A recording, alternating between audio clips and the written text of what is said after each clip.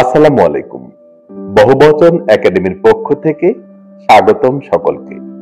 আজকে আমরা জানব বর্ণ কাকে বলে, বর্ণ কত প্রকার ও কি কি।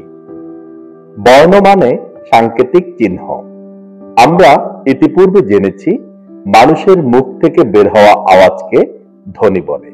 ধ্বনিগুলোকে লিখিত রূপে ব্যবহার করার জন্য যে সাংকেতিক চিহ্ন ব্যবহার করা হয় তাকেই বর্ণ বলে। বর্ণ দু প্রকার, স্বরবর্ণ এবং ব্যঞ্জন বর্ণ। এবারে আমরা জানব স্বরবর্ণ কাকে বলে। স্বরবর্ণ স্বরধ্বনির মতোই, যে বর্ণ উচ্চারণ করার সময় আমাদের মুখ থেকে বের হওয়া বাতাস কোথাও বাধাপ্রাপ্ত হয় না, তাকেই স্বরবর্ণ বলে। যেমন অ, আ, ই, ও এই জাতীয় বর্ণগুলো উচ্চারণ করার সময় মুখের বাতাস কোথাও বাধাপ্রাপ্ত হয় না, এগুলোকে স্বরবর্ণ বলে। স্বরবর্ণ মোট 11টি। এবারে জানব ব্যঞ্জন বর্ণ কাকে বলে।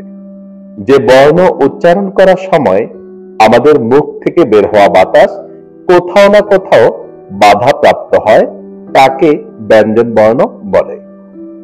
যেমন ক, খ, গ, ঘ, ঙ এই জাতীয় বর্ণগুলো উচ্চারণ করার সময় আমাদের মুখের বাতাস কোথাও না কোথাও বাধাপ্রাপ্ত হয়, এগুলোকে ব্যঞ্জন বর্ণ বলে। ব্যঞ্জন বর্ণ 39টি। আজকে আমরা জানলাম স্বরবর্ণ এবং ব্যঞ্জন বর্ণ কাকে বলে, কত প্রকার ও কি কি। ধন্যবাদ সকলকে।